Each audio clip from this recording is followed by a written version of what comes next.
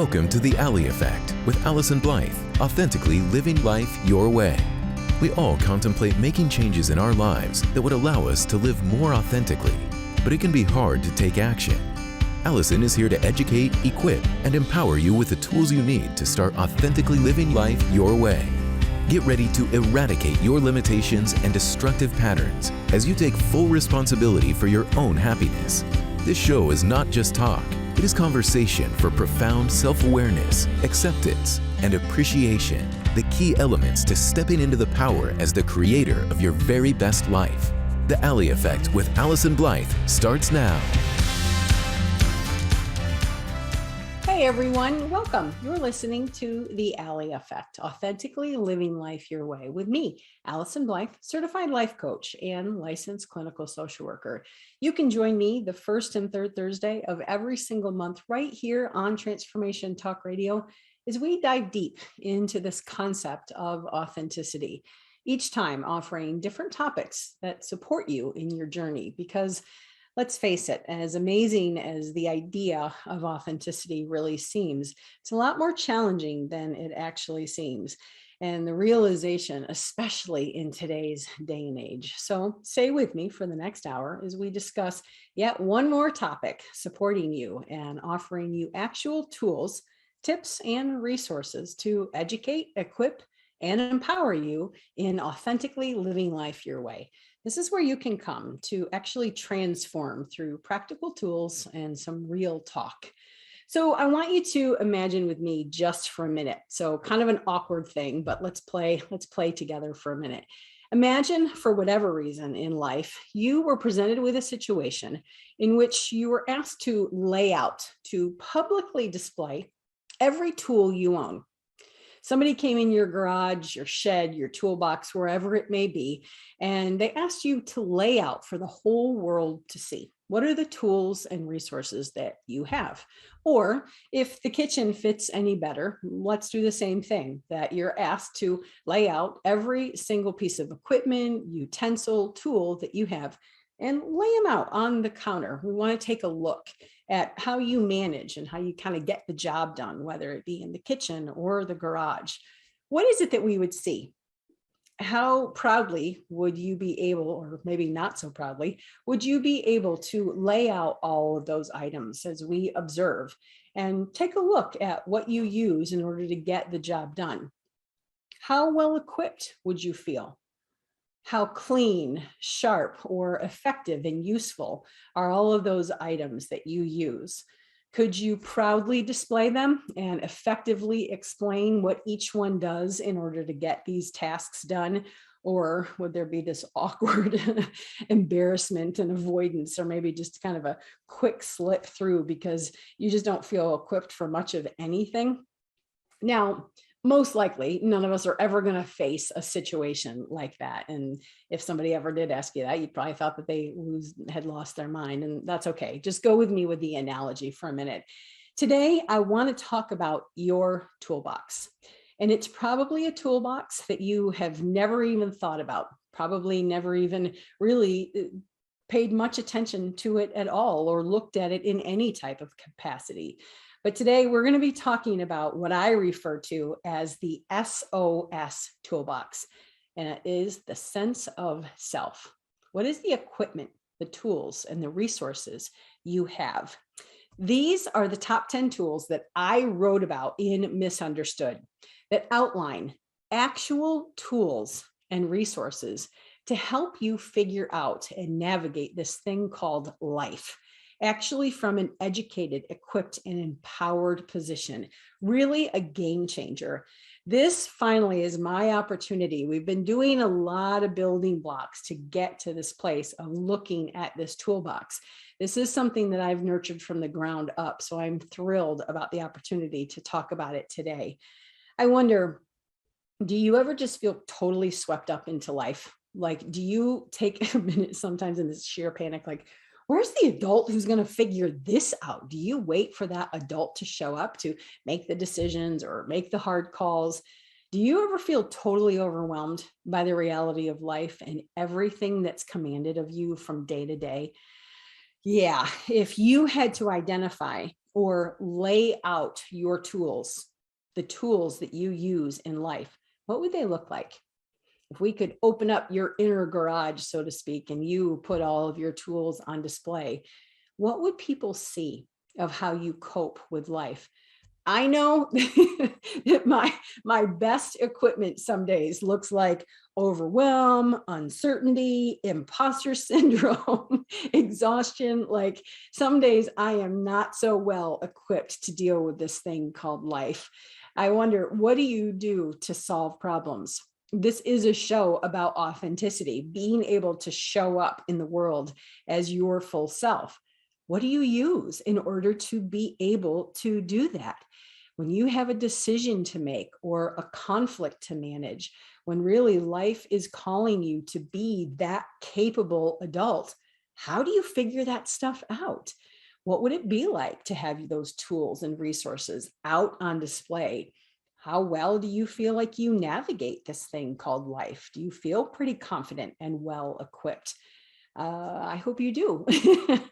But if you don't, if you really do struggle with people sometimes and solving problems, having hard conversations, showing up really well in the world and really as your full self, we're going to talk a lot about that today. We've got to show that you're going to be able to kind of dig into these pieces of your toolbox. If you've ever wanted to sound that siren, put out that desperate plea for help, that you are feeling overwhelmed or maybe frantic about this big adulting job in life, stay tuned, because today we are going to be addressing these tools, this toolbox, for you to take a look at the ways that you'll be able to cope and try to figure out life. Today, we're going to be covering the SOS Toolbox, your treasure trove of 10 personal tools to help equip and empower you in life. And just like those sailors would cry out for help, save our souls, save our ships, this is your opportunity. This is your SOS call for your desire, your dire call for help and support. Really, this idea of like things are happening and I really need some help. Today, we are going to look at that to help you learn ways to show up with that solid sense of self. That's another SOS, solid sense of self, the adult, capable part of you that knows for the most part how to figure things out, even if it means asking for help. 10 tools designed to better equip you for life. If you stop to think about, most people grow up and they do what they're taught to do. My guess is that you were exposed to various situations when you were growing up. There were stressors or conflicts, there were conditions. And as kids, we do what kids do. We absorb, we take in information, and we begin to draw conclusions and understanding. Kids absorb what they're exposed to. I wonder if someone asked you, like, what were you exposed to? What is it that you witnessed of how people solve problems? Did you watch people drink too much, fight it out? Did people leave when they got upset in your family? Did they have knockdown dragouts? Did they just sweep everything under the carpet? What did you learn in terms of ways to show up in life and to deal with conflict or problems or stress, whatever it might be? If someone asked you the question, who are you? And I don't mean Allison, Fred, Jane, Mary, like really at the heart of it, who are you? What comes to your mind? How would you answer that? If someone asked you, who are you? How do you show up in the world? Have you stopped to think about what it is that really matters to you and how you're doing with creating a pretty healthy, happy, well-adjusted life? How are you doing with all of that? And how aligned are you with what really matters to you? This is absolutely your chance to dive into that and to be better equipped with knowing how to do that. As we discuss this toolbox, these are tools that most people need, just a basic level of toolbox that most people need to get through life, and yet very, very few people have.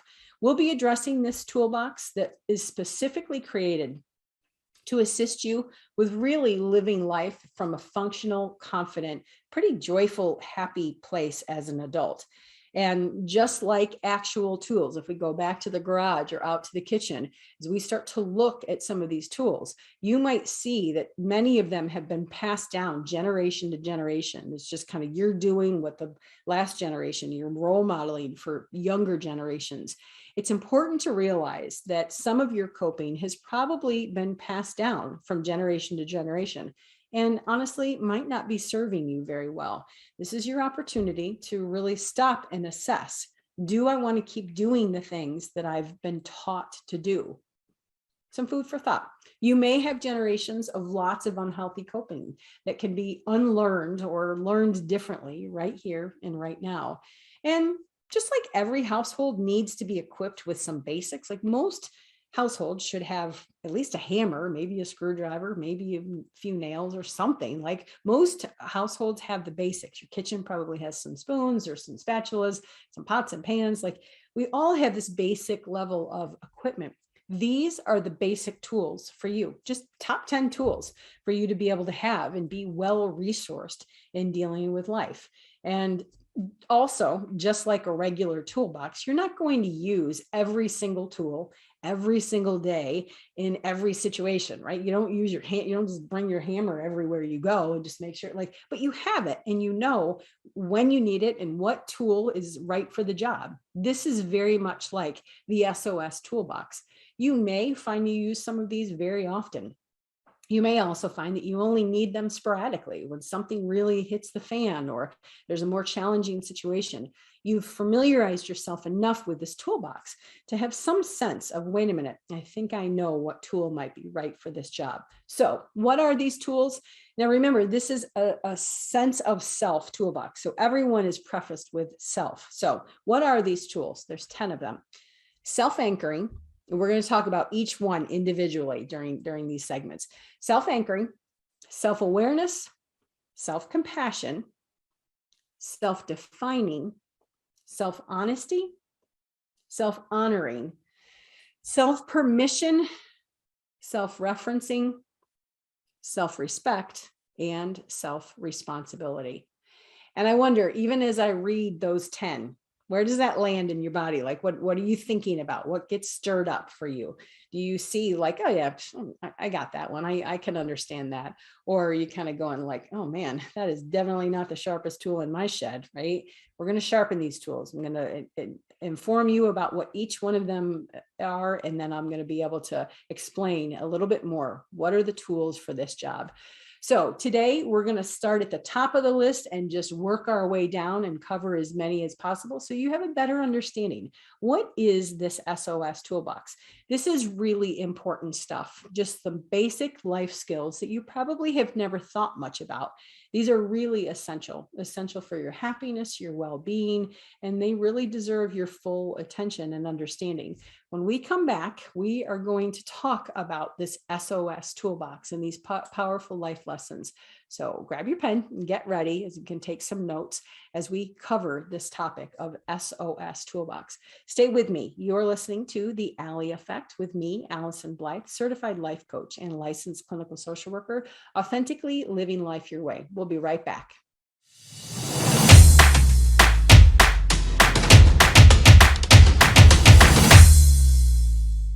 You're back. Yeah, you're back, but I'm back too. We're back on The Ally Effect with Allyson Blythe, certified life coach and licensed clinical social worker. Authenticity, right? Before we go any further, I really want to make sure you know how to be in touch with me. You can visit my website, AllysonBlythe.com. If you ever want to leave me a voicemail, please feel free to do so, 859-341-7773. And if you want to send me an email, AllysonBlythe@live.com. I'd love to hear from you. We cover some really significant stuff, and your feedback really matters to me. I want to know what are you learning and what are you experiencing? What are you struggling with? Like, what don't you maybe understand or want some clarity about? Let me know how I can support you. Please don't ever hesitate to reach out to me. So today we're talking about your toolbox, really starting to get in there and take a look. We're going to introduce something called SOS, your sense of self toolbox, with the end result being that you have a pretty solid sense of self. And so I was wondering really, like, how well equipped do you feel to deal with life? How firmly planted do you feel in what works for you and what doesn't? We just covered a whole series about boundaries, and knowing how to have these tools will actually support your boundaried walk as you continue along this path of authenticity. How assured do you feel in dealing with people, decisions, vulnerability, making mistakes, having conflict with people? The SOS Toolbox was created from my own existential crisis that I write about in Misunderstood. That really, despite all of the years of clinical practice I had, the degrees that I had on the wall, certificates, reading more self-help books than any human should probably ever read, I found myself in a season of life where I was just totally ill-equipped. I did not know how to deal with the things that were happening in life. And let's just say I made a mess. My best attempts at coping really damn near brought me to my knees, and quite frankly, burned down quite a few important relationships in the meantime. I just came out swinging, and I didn't have a toolbox or resources in spite of all of this knowledge, education, and information. Like, I just didn't know the pieces and parts to be this equipped. So these tools really came from piecemealing. Like, I just kind of had to muster this toolbox of my own. And through the writing of Misunderstood and digging out from underneath this existential crisis, I was finally able to find my footing, to be able to kind of cope with things. And I wrote about them, which really was very empowering, because it was in digging out of my own crisis and then writing about these tools and getting some clarification and practicing them. Practice, practice, practice. You probably don't swing a hammer quite these days the way you did maybe when you were 5, right? You learned and you practiced the way to use these tools. This is very much the same way. It allowed me to be able to kind of navigate and have some resources of dealing with all of this stuff. Then finally able to take them into clients and introducing them and helping them process and learn how to actually be able to use these tools. So let's dig in. What are these tools? We're going to start at the top. And the first one is self-anchoring. I use this word very deliberately because I want you to imagine being anchored, right? Standing very firmly and grounded. Maybe even the imagery of standing on shore, right? Because life can be quite a wild ride in the deep waters, and maybe anchoring, visualizing, whatever's helpful to you. But for me, I always kind of picture this firm, grounded, steadfast place of being able to function. Are you someone who's a really deep feeler? That's kind of what got me into this muck. I was in so much emotion with things, stress mounting, tension, disagreements, feelings that I didn't really know how to navigate. Self-anchoring is your ability to find your footing so that you can actually stand firm in the face of hard times. It's your ability to process, calm, and soothe high stress and really deep emotions, yours or even other people's. You see, remember, we've talked about feelings being cues, feelings of overwhelm, fear, uncertainty, and good Lord, we've lived that for the past several years, right? These seasons of uncertainty, fear, terror, stress, conflict. These can all have very sweeping energy, if you stick with that analogy of the deep end, sweeping energy, riptide, that that cause you really to drift into some dangerous territory, some heated reactions or panicked reactions, sometimes some really unhealthy coping, and maybe even sometimes some very rash decisions. When you feel yourself getting very swept up into emotion, concern maybe about what's going to happen, what other people are thinking and what they're expecting of you, the demands of life, what may or may not happen. That's a lot of what we fear when things are uncertain. Self-anchoring is the ability for you to dig deep into a level of assurance, your own personal truth and your own personal power, the ability to really manage your own feelings and the ways that you speak or refer to yourself, to get yourself calmed down and really back to a logical, focused point. It allows you to see stress and strain, emotions, fear, whatever it might be, in right size instead of that panicked place. At times, relationship conflict, difficult decisions can all feel really deep and sweeping, kind of those heavy waves crashing into you. Maybe you're someone who's completely used to just reacting. You just have these heated reactions all the time. Maybe you are someone who avoids. You run the other way. You run offshore, right? Maybe you're someone who gets into the water and flails around and almost comes to the point of drowning. Self-anchoring is your opportunity to do this differently. It's a tool and a resource that allows you to establish yourself, to be able to navigate things, those deep waters of life. And it's the kind of what I refer to as the adult part of you that knows how to let yourself have your feelings, but then being able to respond rather than just reacting. It allows you to stabilize from a deeper, more solid part of yourself as you deal with the throes of conflict, but they prevent you from getting too far into the stress and the strain of it all. Anchoring allows you, it keeps you from crashing into other people's, other places, other things. It allows you to kind of stand your own in this. So anchoring is your empowered ability. It's empowered energy that allows you to firmly, confidently, and consistently hold your own and yet still function from this place of authenticity, from a very assured, confident place. It doesn't mean you don't get scared. You don't feel overwhelmed. I mean, of course you do. We're human beings and life can be terrifying at times, but it's your ability to stay very grounded, to use your voice, your ability to ask for help, your strength and confidence, your ability to figure things out, and your intuition to activate that inner part of you. So calming, soothing your own emotion, stabilizing yourself and finding footing in the midst of really hard conflict. And also to be able to detach from others, right? Anchoring allows you to distance yourself so that you can find some type of way to let them swim their swim and do what they need to do without you getting too sucked into their conflict or their drama. It allows you to create some boundaries and some distance so that you're not getting into those waters with other people. Yeah, lots of pieces and parts to deal with self-anchoring. How anchored do you feel?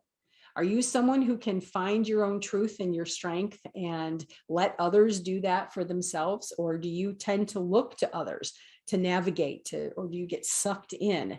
How is it that you find your footing in the midst of all of these deep emotional waters? Self-anchoring.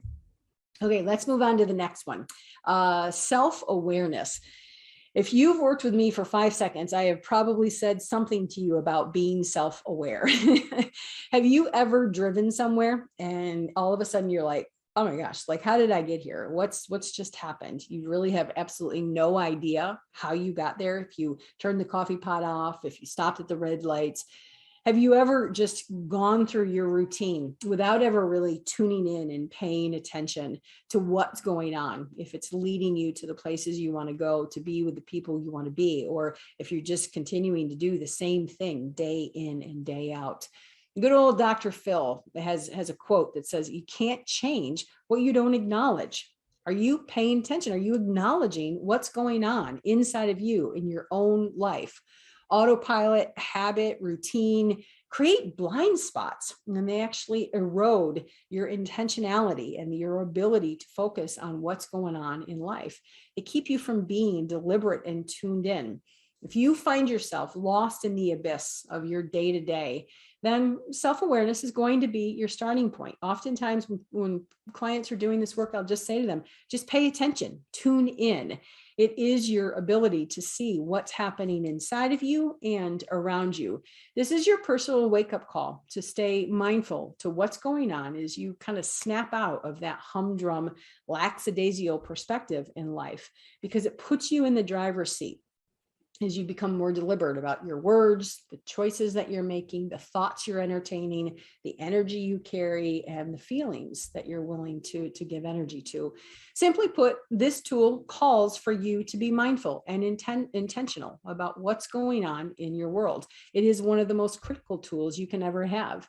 If you have worked with me, you know that I'm always going to encourage you to be conscious, alert to your thoughts, your feelings, the needs, the behaviors that you're engaged in.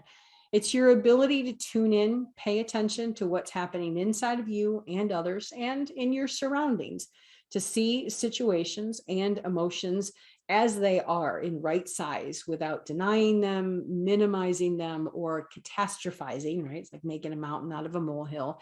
As you have a full understanding of what your needs are and actually healthy ways to try to meet them. It's being honest, being honest with your motives, what you're doing, why you're doing them, and recognize healthy versus unhealthy behaviors that you're doing inside of yourself, inside of others, being aware of how those are impacting you. There's a saying that when I started, I think maybe it was the second episode, know thyself, to thine own self be true. Self-awareness is your ability to be honest, to tune in and accept personal responsibility as you entertain healthy thoughts, behaviors, words, as you respect and honor what your needs are. I wonder, how tuned in do you feel? Are you pretty conscious of what's going on inside of you and around? Do you have a level of what they would refer to maybe as emotional intelligence? You're pretty conscious of those things. Or have you been pretty overridden by autopilot and you're recognizing that you haven't been tuned into your own life? What needs your consideration? Lots of food for thought. There are the first two tools, self-anchoring and then self-awareness. When we come back, we're going to go even deeper into this toolbox. I am Allyson Blythe, and you're listening to The Ally Effect. When we come back, let's just keep diving in. Stay tuned.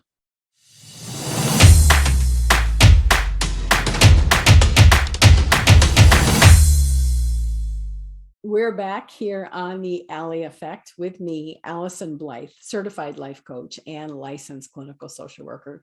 This topic of authenticity, authentically living life your way, as we are diving into what I refer to as the SOS toolbox, your sense of self, with the ultimate goal that you will be equipped and empowered with this solid sense of self. As you go through life, you don't have to be sending out that other SOS call, save our souls, save our ships. You have some tools to be able to navigate that for yourself. I have been told, and I would fully support, I'm a little biased, but I've been told this from the outside, that this is actually a toolbox that should be taught in every school. Every family, every place where we're doing spiritual work, academic work, relating, like everywhere we go, we should be somewhat equipped. And yet, I'm not sure, but even in just learning too, do you feel like you've ever learned some of these? We have already addressed self-anchoring and self-awareness. What are your thoughts as you listen to these? Can you recognize how each of these would actually be pretty helpful in your day-to-day life? Understanding that these really are pretty essential as you continue to walk this walk of authenticity. I want to move in and let's just go right into the third tool. And this one is called self-compassion. I want you to imagine, we started with imagining laying out your toolbox, but I want you to imagine a different scenario with me. One day you are called in to have this big presentation. You've been planning for months to do this. You've been well practiced, very well rehearsed. You've thought about it, you've worked on it, and the room is filled with all of the shareholders, the potential clients that are there, all of the big wigs in their suits and fancy binders, all of your colleagues are there. And you stand before them all. And instead of that elegant, fact-based PowerPoint speech that you gave, that you wanted to be able to give, what comes out instead is just a bunch of fumble, mumble, and you are absolutely frozen, unable to formulate a single intelligent word, right? It's like crisis hits and your boss has to step in, push you to the side, and really offers instead a jumbled version of the notes you had worked so hard. And after the meeting, she comes in and she is furious. She slams stuff down on the table and declares to everyone what an absolute idiot you are, what a mistake it was to ever hand you such a big project. Oh my gosh, like I can almost feel that, like, oh my gosh, what an absolute dreaded experience, wanting to just crawl under a rock. Now, on top of what you must already be feeling, your boss then adds so much insult to injury with those harsh words, which quite frankly are just echoing everything that's already in your head. Every single fear, every failure you've ever experienced, just right there for the whole world to see. And despite years of success and commitment to this company, accomplishments that you've had, her only focus is on this one situation, this fumble where you dropped the ball. The rest of it just goes out the window, right? Oh my gosh, the devastation of an experience like that. Now, stick with me. Let's do another scenario. Same exact scene, but you even fumble the ball, right? Like all of that is exactly the same, but let's change the ending a little bit. Instead of that humiliating tongue lashing that your boss does, instead, afterwards, she privately pulls you into her office and she says, just as you're about ready to prepare for the absolute worst tongue lashing that you've ever taken in your life, she simply nods and she says, man, that was really rough. You look terrified up there. And I know how hard you work. And I could see how much you froze. Just in that one moment, you froze. I'm not going to lie, we've got some serious cleanup work to do, but we can recover. We all make mistakes and we all drop the ball. It happens. Now we just have to figure out how to move forward. Oh, like, could you imagine that response? Do you see the difference in their reaction? Same exact scenario, just two very different end results. Which boss would you want to work for? Which person would you show up for and feel supported and understood? The person who you would redeem yourself with and work that much harder. We all have epic failures that need to be acknowledged, right? That boss didn't deny it. She didn't kind of pacify and placate you in any way. She would really acknowledge, man, you screwed up. And then we know that we've got to move back in there and clean that up. Of course, you would rather want to work for that second boss. How much harder would you actually work? Self-compassion is your ability to do just that type of scenario. The world can be totally brutal at times. We all have situations where we just fall on our face and it's awful. And we need a soft place to land. Self-compassion is your opportunity to do just that. And what I find is that self-compassion gets a bad rap, really a bad rap. People mistake this tool, and it is a powerful tool. They mistake it for things like wallowing or being really weak or getting lost in self-pity. That is a total misperception. As by the example that we used, you can see that there was no wallowing. She didn't deny or suppress any of that. She didn't excuse it. She didn't pity you. She just was very, very clear. Self-compassion is your ability to treat yourself with kindness and respect while still allowing yourself to do what needs to be done. You screwed up, you made a mistake, there's cleanup work to be done. And everybody has that experience. What do you need to do now? Having compassion for someone or something, including yourself, doesn't excuse or dismiss anything. It's just loving, gentle energy that we all need, especially in today's day and age. It's common knowledge that people work better under positive work environments where they feel supported and seen and contributing.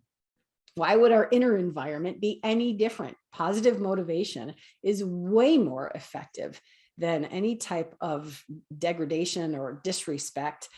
How is it that you speak to yourself? Would you ever speak to another human being the way that you speak to yourself? Would you refer to a small child the way you refer to yourself? Are you your own worst enemy? Are you adding stress and strain, kind of salt to the wound when you make a mistake or things don't go the way that you had hoped? Your inner critic may need to be sent to the principal's office or have to sit in on some sensitivity training. If your inner critic is the one that's really kicking your tail, probably need to tune in and allow that critic to kind of settle down. If he or she or it is beating the crap out of you, we need to introduce it to the tool of self-compassion. It is simply your ability to be kind, respectful, and understanding towards yourself, very much like you would be another human being. It's the willingness to be decent and gentle with yourself as you meet yourself exactly where you are, without ridicule, scrutiny, or any type of personal assault. It's the ability to really find positive ways to acknowledge and motivate yourself, kind of keep after yourself without this level of defeat or beating yourself up as you use words, thoughts, even it's not just the words that you speak, it's the thoughts that you think and the behaviors that you engage in that show respect and understanding for yourself. It's your ability to manage that internal story that you have. Like, how much of a story do you write when you make a mistake or something is embarrassing or challenging for you? Do you have a script where that critic is kind of reading through all of the things that are wrong with you? Are you able to speak to yourself more gently as you're considerate and kind about what your tender spots are or the mistakes that you've made? Can you see your mistakes or your flaws in right size? People will often see anything that they've done wrong or maybe not the best about them. They see them in very large proportions. And are you ever able, the opposite side of that? Can you acknowledge your own strengths and celebrate the things that you do right and are good at? I wonder if you could learn how to soften your approach when you make a mistake and you notice things, instead of like that first boss, saying something, you idiot, what is wrong with you? I can't believe. What if you worked on just simply softening and being able to say to yourself, oh, yikes, not your best, try again. See how gentle that is? So yeah, it's being able to separate yourself from feelings of shame, and separating it out from guilt, and knowing that though you maybe have done something wrong, you aren't something wrong. That's the difference between shame and guilt. It's coming to terms with things in right size. Remember that if you have done something wrong, guilt is an appropriate emotion. It needs your attention and your clarity.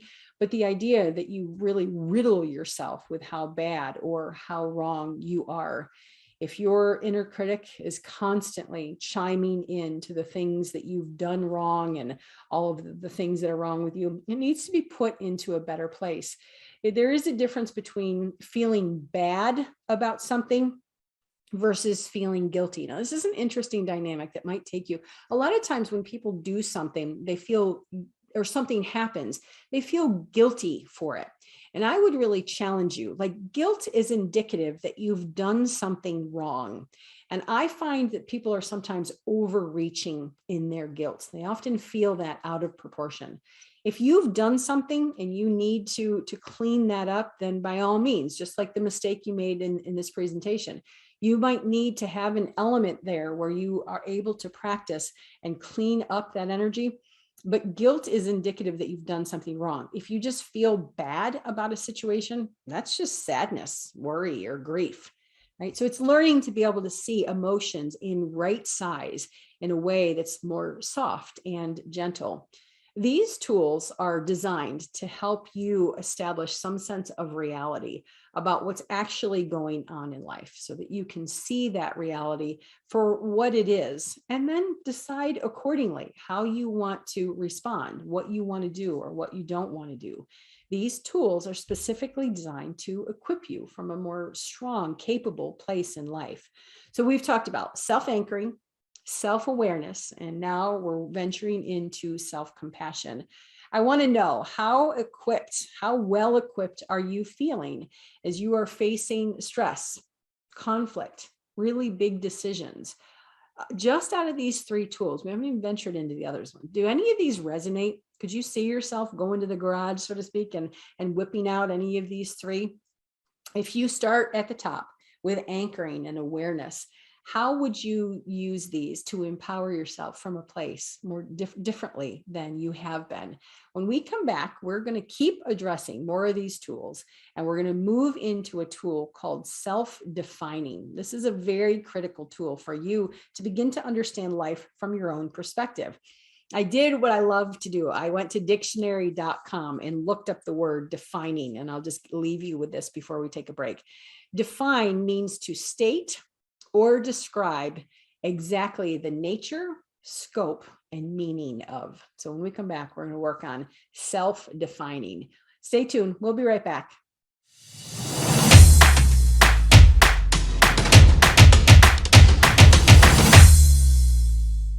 We're back here on the Ally Effect, authentically living life your way, with me, Allyson Blythe. And we're discussing this concept of your toolbox and helping you really understand how well equipped, maybe some things you've been using in the past, and how to replace some of those tools with some brand new shiny tools. We've already addressed 3, but I left you a little bit with a definition. So far, we've been discussing certain life hacks, these necessary tools and equipment to help you figure out life and getting through as a pretty happy, capable, competent adult. These are the tools that most people never learned, not in your family, not in school, not later in life. And you certainly were probably not born with any of these, but maybe you're more equipped at some, maybe some will come more strongly or naturally to you. But we're going to dive in. We're going to talk about this tool called self-define. I want to introduce to you a client of mine named Toby. And Toby woke up in a world in which he simply did not recognize. Every morning he would get up with this huge sense of dread. You see, Toby, though a pretty young man, he had created quite a life for himself. He had been granted quite a few things, and he was facing a dilemma.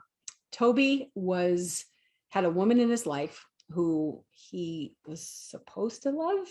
By all situations, it was kind of set up that she was amazing. She was an amazing human being. She kind of selected all this criteria, and his family loved him and all of these things. But Toby was dreadfully unhappy. And there was this contemplation of this engagement that he felt very, very pressured to be able to do.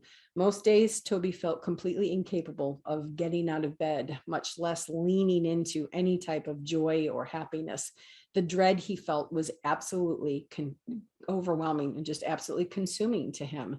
And so Toby came in to see me for what he thought was like clinical depression. And I'm not saying that Toby wasn't depressed, but let's dig a little bit deeper. As Toby began to talk and unravel some of this history that he shared with me, what I was able to see is that he was in a season of his life where everyone else was making decisions for him.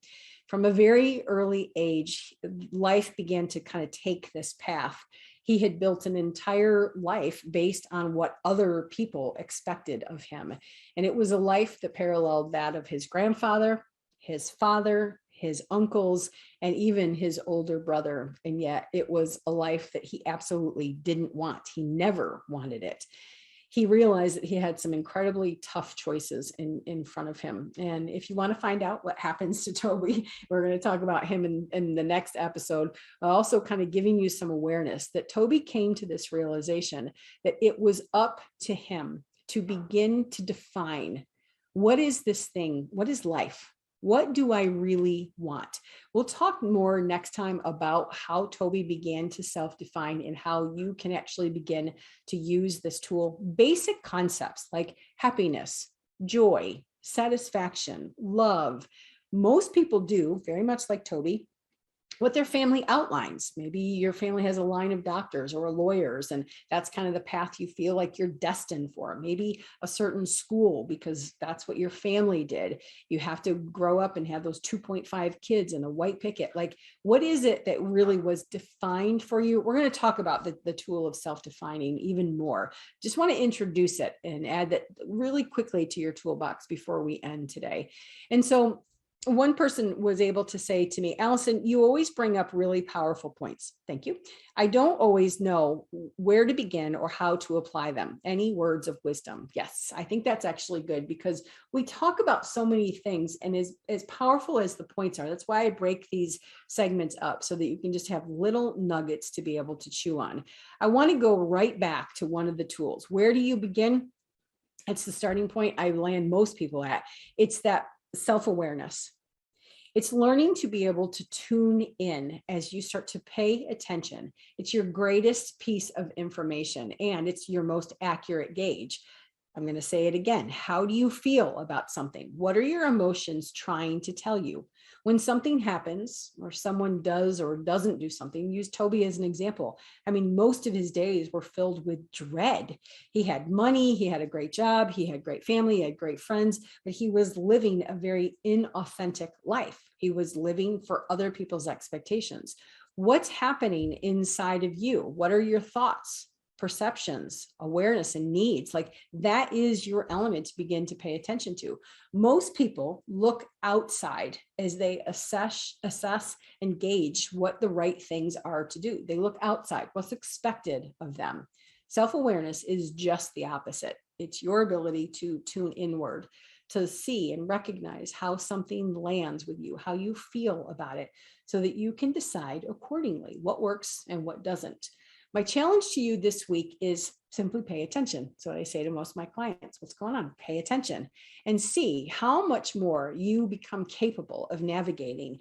My sense is once you start to pay attention, you'll know what direction to turn. Even if it's a hard choice, you'll know it's your starting point and an important piece of information as you learn to pay attention to what that awareness is actually trying to show you. Next time, we're going to dive deeper into this toolbox, and we're going to offer more tips, more tools, more resources for building things. You're building this toolbox and really solidifying your sense of self.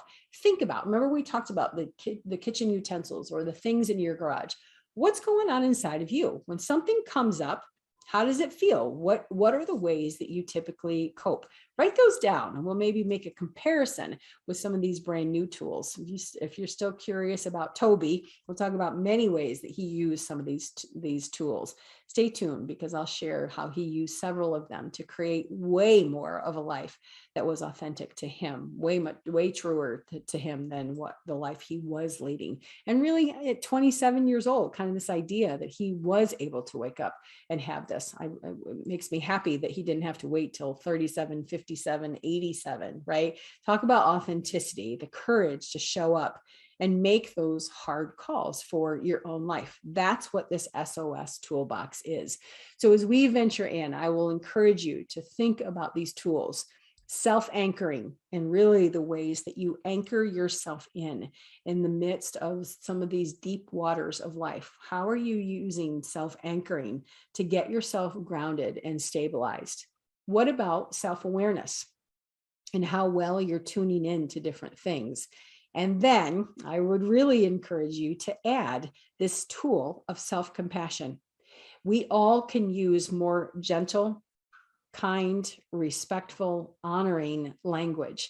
Are you your own soft place to land as things start to heat up in your world? So those three, and then we're going to talk a little bit. You have self-define. If you ever want to take the time to literally write out pen to paper, self-define different concepts in life. Are you living a life that's more true to other people than it is to you? If you could have anything in the world, and I'm not just talking about like possessions, but like if you could live a life that was totally true for you, what would that look like? We are talking week after week, authentically living life your way. Have you ever thought about what authenticity looks like, what it feels like, what you need? Like that's the ability to self-define, is that you have clarity and a clear, decisive picture about what it is you're actually trying to create. So there's 4 tools for you to be able to practice and familiarize yourself. And then next time we'll add to your toolbox so that you can feel more comfortable and familiarized with these, and you can begin to navigate life from a much more profound place where you are living your life, where you are capable of navigating, making decisions, having conflict, and really coming from that place of authenticity. So there you have it, the introduction of the SOS toolbox. If you want to contact me, maybe you've got some questions that come up. Maybe there's a situation that like, I don't even know which tool, what. Send me an email, AllysonBlythe@live.com, and you can check out some information. There's things that can help you. Misunderstood is full of information at the back. That's where the toolbox is housed. So you can learn about these tools individually, and even a course on my website, Misunderstood, for you to be able to dig into some of this work. But yeah, that's on my website, AllysonBlythe.com. And your daily boost, if you want to follow me on social media, Allyson Blythe, life coach on any social media platform. So there you have it. I want to thank you for tuning in to the Ally Effect, authentically living life your way. And I am Allyson Blythe, and I'm looking forward to when we can journey again, talking about this SOS toolbox. You can join me the first and third Thursday of every single month, and we'll be back next time, continuing to talk about authentically living life your way. Have a great week. Thanks for tuning in to The Ally Effect with Allyson Blythe. The moment you decide to take control of your own well-being, you start the journey of authenticity. Tune in next time for more empowering conversations and practical tools to help you shed your fear, worry, comparison, and less than beliefs. Stick with us as you step into the driver's seat and head off onto the road of success and happiness. Your best life awaits.